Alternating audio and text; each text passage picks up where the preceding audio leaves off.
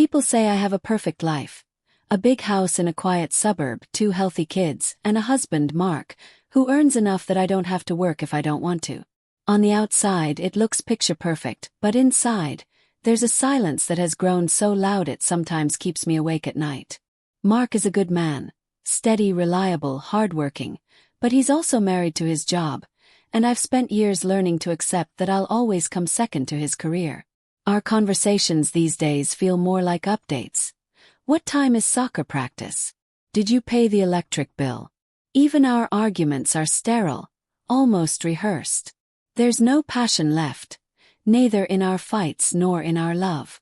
I should have been content, I told myself over and over. This is what marriage looks like after 10 years. Stop expecting fireworks. But then the migraines started. At first, I brushed them off as stress or maybe bad posture from staring at my phone too much. But they didn't go away. They grew sharper, more frequent, until one day I had to pull over while driving because the pain blurred my vision.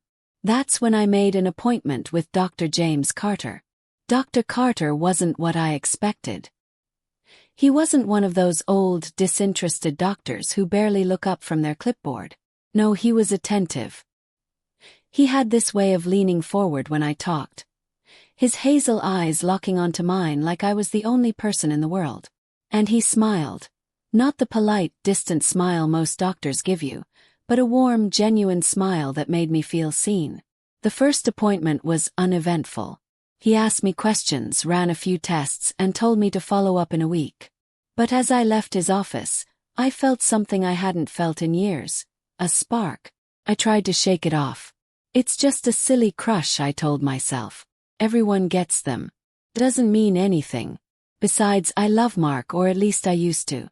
By the time the second appointment rolled around, I was nervous in a way I couldn't explain. Dr. Carter walked in. His white coat crisp and his tie slightly loosened. He asked how I was feeling, and I stumbled through my answer, suddenly hyper-aware of every word. "You seem tense," he said, tilting his head. "Is everything all right at home?"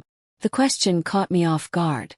I laughed it off, saying something about the kids keeping me busy, but his eyes lingered like he could see through me.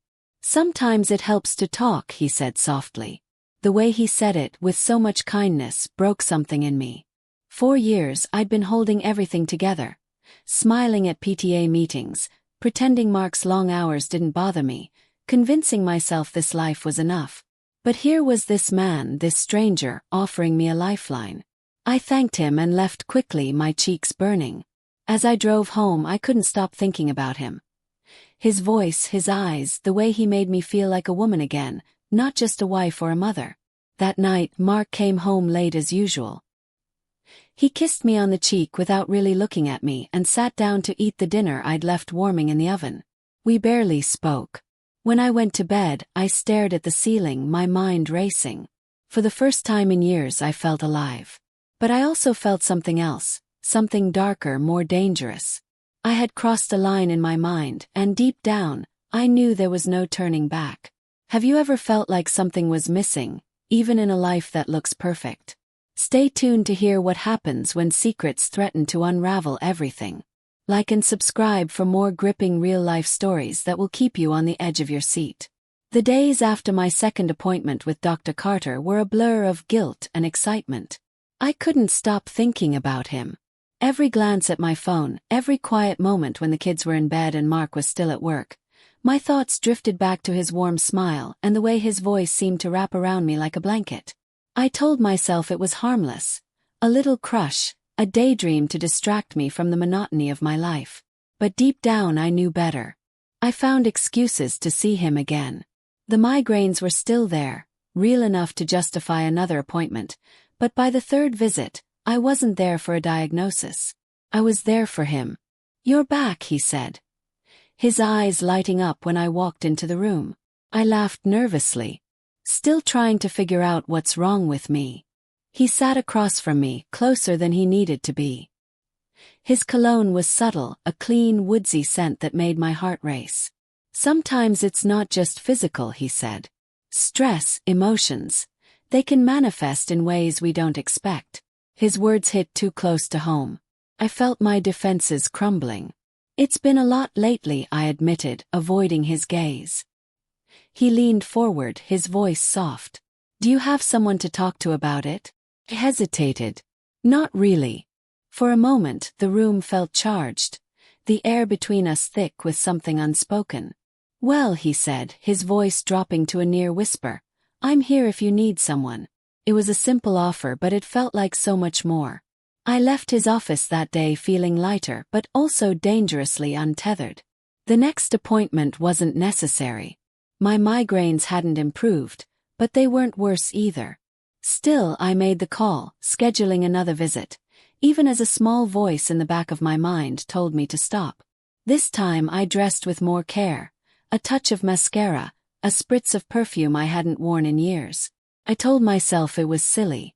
But when I walked into his office and saw the way his eyes lingered on me, I felt a thrill I hadn't felt in over a decade. We talked, but the words barely registered. I was hyper-aware of the way his hand brushed mine when he handed me a prescription, the way his eyes lingered on my lips when I spoke. I'll see you soon, he said as I left, his voice full of meaning. The turning point came a week later. I hadn't scheduled another appointment, trying to convince myself to put an end to whatever this was before it started. But then I had a particularly bad day. Mark forgot our anniversary, brushing it off as just another busy day at work. I sat in the kitchen, staring at the cold dinner I'd made, feeling invisible. Without thinking, I picked up my phone and dialed his office. Dr. Carter, he answered immediately. Lisa, he said, his voice warm and familiar. Do you have time to meet? I asked, my voice shaking. There was a pause, then, yes. Where? We met at a small cafe on the edge of town, far enough from home to avoid running into anyone I knew. He was already there when I arrived, sitting at a corner table with 2 cups of coffee. You seemed like you needed this, he said, sliding one of the cups toward me. I smiled weakly, feeling the weight of everything. I don't know why I called, I admitted. I do, he said softly, his eyes meeting mine. The words hung in the air between us, a silent acknowledgement of everything we were both too afraid to say. By the time we left the cafe, the sun had dipped below the horizon, casting the parking lot in a soft golden glow. I turned to thank him, but before I could speak, he stepped closer, his hand brushing mine. Lisa, he said, his voice low, I think about you more than I should. My breath caught.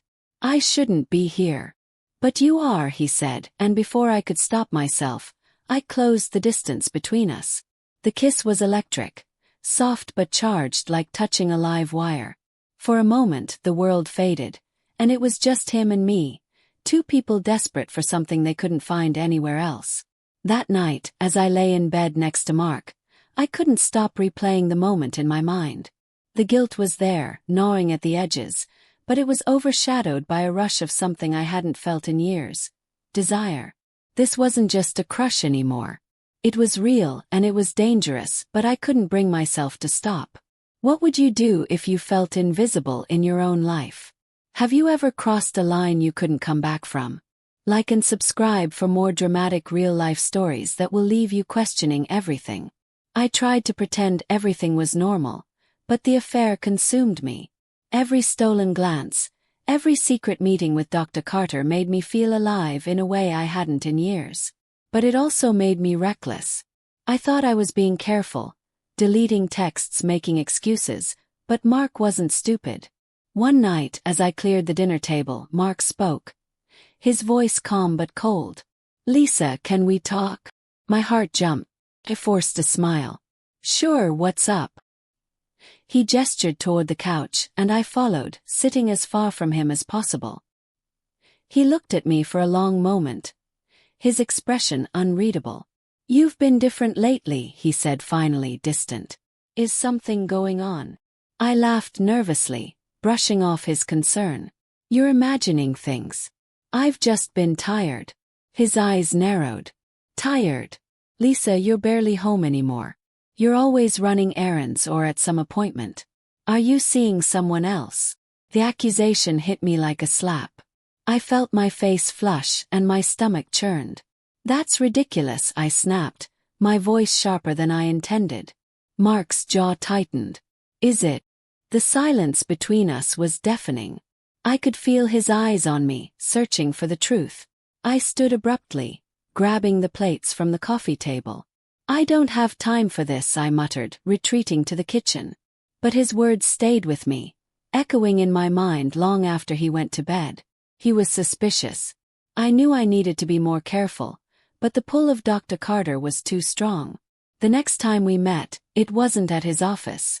Dr. Carter, James, he insisted I call him that now, had booked a room at a small hotel on the outskirts of town.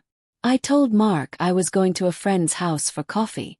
When I arrived, James was already waiting. The room was simple but private. As soon as I closed the door, he pulled me into his arms, and for a moment all my worries melted away. But as we lay together afterward, my phone buzzed on the nightstand. I grabbed it quickly, my heart sinking when I saw Mark's name on the screen. "Everything okay?" James asked, propping himself up on one elbow. "Yeah," I lied, silencing the call. "Just Mark checking in." James frowned. "Does he suspect anything?" I shook my head, but the pit in my stomach grew. "No, he's just being Mark." James kissed my forehead, his touch soothing. "We'll be careful. No one has to know." But someone did know. The next week, I noticed Mark acting differently. He was quieter than usual, watching me with a strange intensity. I brushed it off as paranoia, but when I left for another meeting with James, I couldn't shake the feeling that I was being followed. I arrived at the hotel and went straight to the room, trying to push the thought from my mind. James greeted me with a smile, pulling me into his arms. But just as our lips met, the door burst open. Mark stood in the doorway, his face a mask of rage and betrayal. "What the hell is this?" he shouted, his voice shaking. I scrambled to cover myself, my mind racing for an explanation that wouldn't come. James stepped forward, his hands raised. "Mark, I don't." Mark growled, cutting him off. He turned to me, his eyes filled with hurt. "How long, Lisa? How long have you been lying to me?" I couldn't speak, the words stuck in my throat as tears streamed down my face. Mark laughed bitterly. "I gave you everything, and this is how you repay me." I reached for him, but he pulled away. "Don't touch me," he snapped. "You've destroyed us." The ride home was silent. Mark didn't say a word as he drove, his hands gripping the steering wheel so tightly his knuckles turned white. When we arrived, he slammed the door and went straight to the bedroom, leaving me standing alone in the living room. I followed him, desperate to explain. "Mark, please let me." "No," he said, his voice cold and final. "You've said enough." We argued for hours, voices echoing through the house. I tried to justify my actions, blaming his long hours and emotional distance, but he wasn't having it. "You don't get to blame me for your choices," he said, his voice breaking. "You could have talked to me, but instead you threw our marriage away." By the end of the night, we were both exhausted. Mark handed me a suitcase. "If you have any respect for me at all, you'll leave." I packed in silence, tears streaming down my face. As I walked out the door, the weight of what I'd done hit me like a freight train. I had destroyed everything: my marriage, my family, my life. What would you do if everything you'd worked for crumbled in an instant? Have you ever faced the consequences of a decision you wish you could take back? Like and subscribe for more dramatic real-life stories that explore the deepest corners of human emotion. I spent the first night after leaving Mark at a cheap motel, the kind with flickering neon lights and paper-thin walls. The room was cold, but not colder than the emptiness I felt inside. I sat on the edge of the bed, staring at my packed suitcase, the weight of everything I had done pressing down on me. How did it come to this? One impulsive decision after another, driven by a desperate need to feel alive, had destroyed the life I had built. The next morning I checked my phone. There were no messages from Mark, not that I expected any. The only notification was a text from James. "Are you okay? Do you want to talk?" I stared at the message for a long time before deleting it. I didn't want to talk to James. I didn't even want to think about him. Being with him had felt like an escape, but now it felt like a trap I had willingly walked into. Over the next few weeks, I stayed with a friend from college, Sarah, who was kind enough to let me crash on her couch. She didn't ask many questions, just poured me a glass of wine every evening and listened when I felt like talking. "I don't know who I am anymore," I confessed one night, staring into the half-empty glass. Sarah sighed. "Lisa, you made a mistake, a big one. But you can't stay stuck in it forever. What are you going to do next?" Her question haunted me. What was I going to do?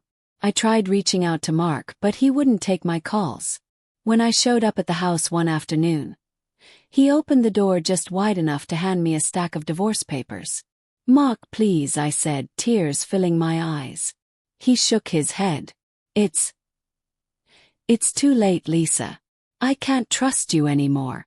I watched as he closed the door, the sound echoing like a final goodbye. James, meanwhile, tried to stay in my life. He called, left voicemails, even showed up at Sarah's apartment once. But every time I turned him away. What we had wasn't real, I told him the last time we spoke.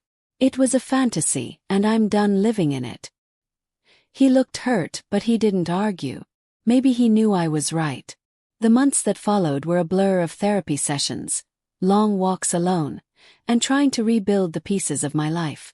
I got a part-time job at a local bookstore, something to keep me busy and help me afford a small apartment. Every day was a struggle, but I slowly began to find myself again. One evening, as I was shelving books, Mark walked in. My heart stopped when I saw him. He looked good, healthier, happier. "Mark," I said, my voice barely above a whisper. He gave me a small smile. "Hi, Lisa." We stood there for a moment, the weight of everything unsaid between us. "How are the kids?" I asked finally, my voice trembling. "They're good," he said. "They miss you." I felt tears prick my eyes. "I miss them too." Mark hesitated, then handed me an envelope. "This is for you. I thought you might want to write them a letter. I'll make sure they get it." I nodded, clutching the envelope like a lifeline. "Thank you." Before he left, he turned back to me. "Lisa, I don't hate you. I just can't be with you anymore. But I hope you find peace." His words stayed with me long after he walked out the door. 6 months later, life wasn't perfect, but it was better. I saw the kids on weekends, and while things with Mark were still strained, we had found a way to coexist for their sake. I'd learned a lot about myself in those months, about my flaws, my insecurities, and the ways I had sabotaged my own happiness. But I also learned how to take responsibility, to face the consequences of my actions without running away. As I sat in my small apartment, writing another letter to the kids, I felt a sense of hope. My life wasn't what it used to be, but it was mine. And for the first time in a long time, I felt like I was on the right path. Life is full of mistakes and second chances. What would you do if you had to rebuild everything from scratch? Like and subscribe for more stories of heartbreak, redemption, and the human spirit.